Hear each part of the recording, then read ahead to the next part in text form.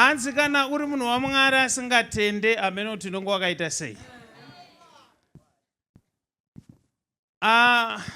Ndangosvika ndichinzwa kunzi hanzi vangoti onaiwo zvekuita ikoko ndimika. Saka ndoda kuti tivanamatire.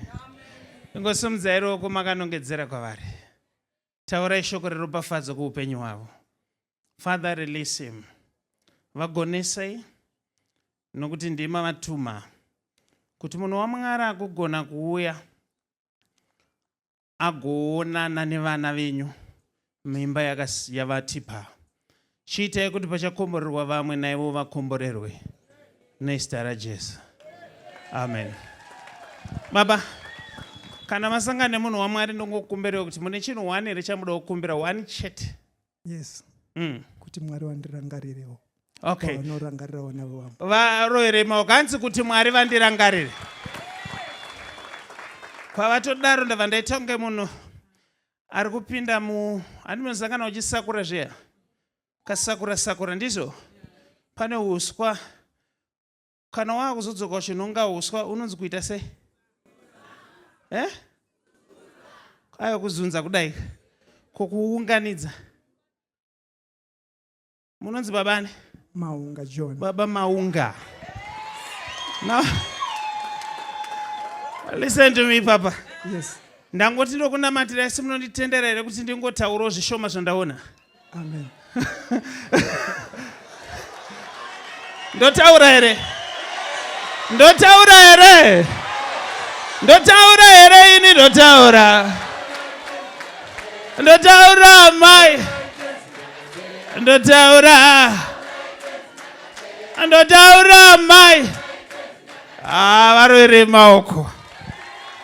Mwari akuitire zvakanaka Papa. Ndaoneswa in the realm of the spirit but ndiri munzvimbo inonzi Rusape. What is Rusape? Rusape ndokumusha. Ndokumusha.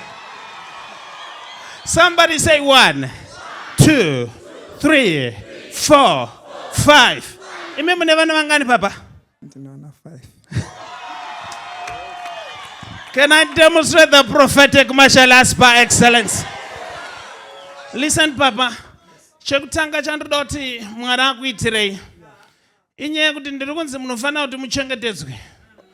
Especially kana munhu ari mumwe chete. Imi mune vana vangani? Vasikana? 1. Mumwe chete? Yes.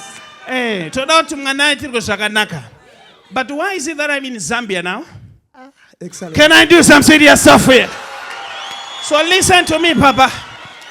Ndoda kuti mwana akuitire zvakanaka nokuti ndanzi shungu dzenyu ndedzekuti mwana adzidze zvakanaka.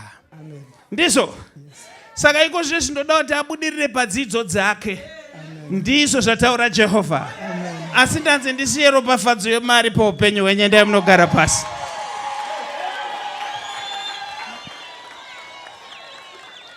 Taurisa. Hanzi ndatya chiendai zvenyu Papa.